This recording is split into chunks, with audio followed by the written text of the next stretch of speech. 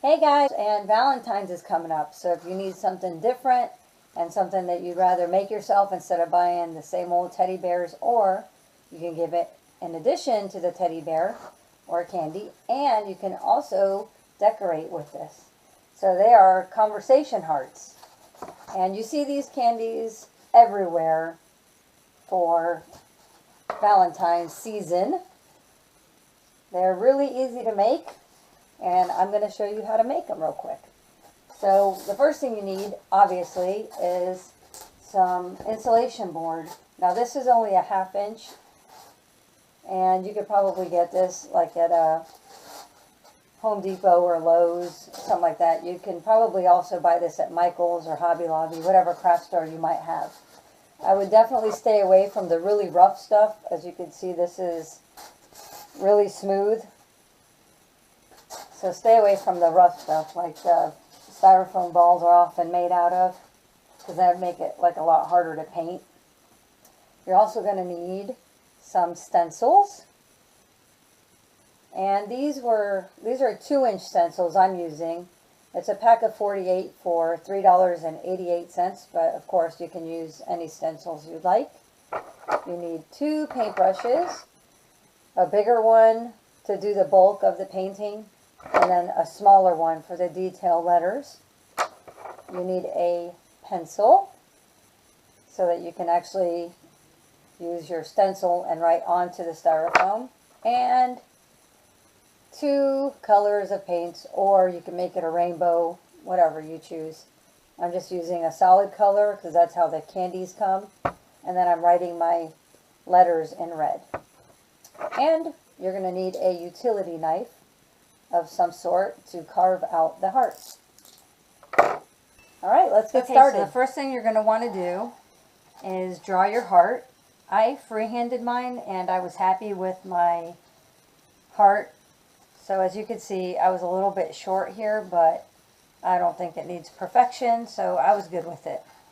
Just make sure that when you're drawing your initial heart, you don't put too much pressure down with your pencil, because it would make an indentation. And then when you go to redo it, if you're not happy with the first one, after you flip it once, you'll be able to see the line. Not that that's like a make or break situation, but if you don't put too much pressure down, you'll still be able to see it, because it's white foam board and it doesn't take much to be able to see it. Now once you get your first one and you're happy with it, then of course you can use that for a template and make as many as you like. So after you make your first heart and you outline it, obviously the next thing you need to do is cut it. So I'm just using my straight edge, and instead of like cutting it like this, I'm kind of going up and down. Now it's not going to be a perfectly smooth edge, and I don't think it needs to be. Some of you out there might have hot tools to cut foam. I do not have one of those. So I am going to go ahead and just cut mine like this.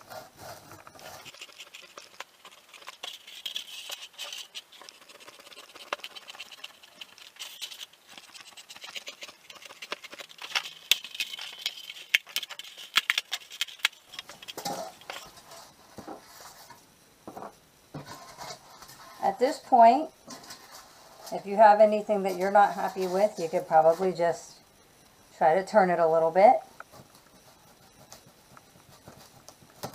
Fix the edges.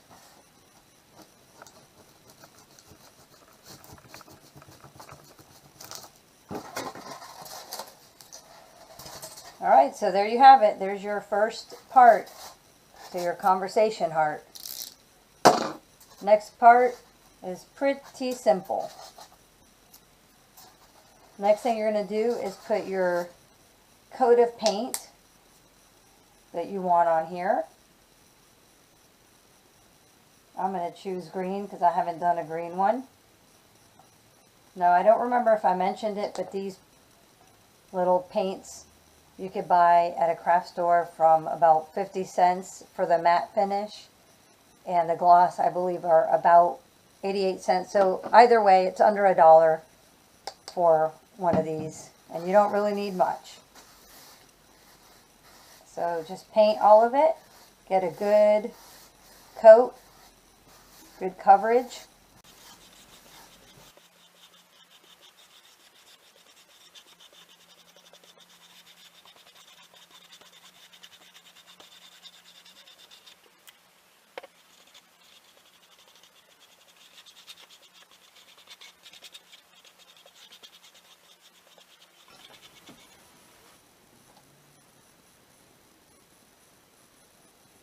Okay, so now you've painted the front, you've let it dry.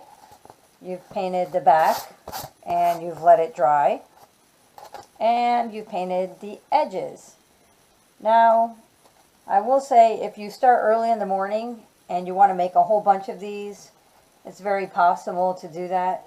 Once you get the first template, all you got to do is cut a bunch of them out, start early in the morning, and just paint them all at once, then let them all dry, flip them, let them all dry, and there you go, you can make a bunch. But I started a little bit later in the day, and then I just let it dry overnight. Then I did the edge this morning. So I am going to now stencil. I'm going to choose to do X's and O's for this one. Now, of course, some people are a little perfectionist or whatnot, and there's nothing wrong with that. I'm just going to eyeball it. I'm not going to sit there and measure exactly the distance to center it or anything like that. I'm just going to eyeball it. So very lightly with your pencil, you go ahead and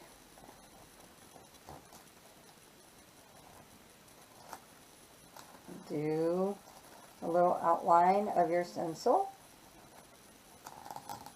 Now in this stencil set, they also had like little fancy designs, like scroll work and whatnot. I am not going to do any of that. And also on my other ones, on my previous ones, if you notice, there was a little bit of, let me show you. I wasn't sure how it would turn out, but I actually did an outline of clear, the same paint, but it was glitter. And when it dried, you can't really see the glitter too much. So I would be careful on doing that unless you do the whole thing. I think I like the look of this one that doesn't have any kind of glitter on it. This one just kind of looks like it's, I don't know, wet along the edges instead of it being as glittery as I thought it would turn out to be. So just a little word of advice. So I'm going to just do these, and then I'm going to paint them in, and we'll be done.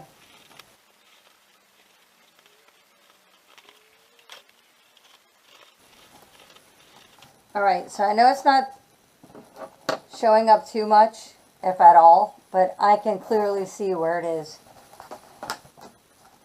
Alright, so all I have to do now is paint in the letters. So I'm going to use my smaller of the paintbrushes, and I just usually use, I save all my like Country Crock or whatever little lids I have from my butter after it's empty, and I just use this, and then I could just toss it out, or you could just peel off the old paint like that. It comes right off usually once it's all dried, and then I could just reuse it. So nice little recycling.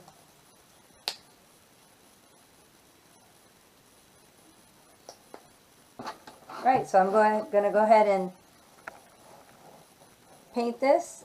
I also wanted to mention real super fast that when you are using your utility knife to cut this, if you don't want to cut up your table, you should maybe do it outside on the ground or on a table where you really don't mind if it gets scratched, because it is a blade and it will go through the styrofoam, so inevitably it might hit your table and cut your tablecloth if you have a tablecloth, or if you have a wood table that you're working on, like a nice wood table, you don't want to ruin that. I have this plastic table, so I could do it on here because it's really okay.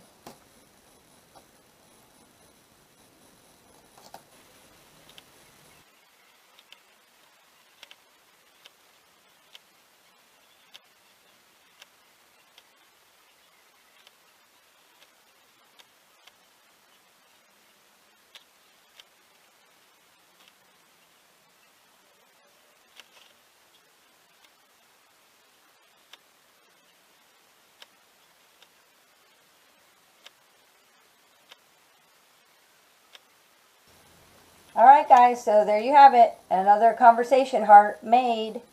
So I hope you found this craft to be easy and unique. And if you like it, please don't forget to like and subscribe, because I'm going to be making more crafts.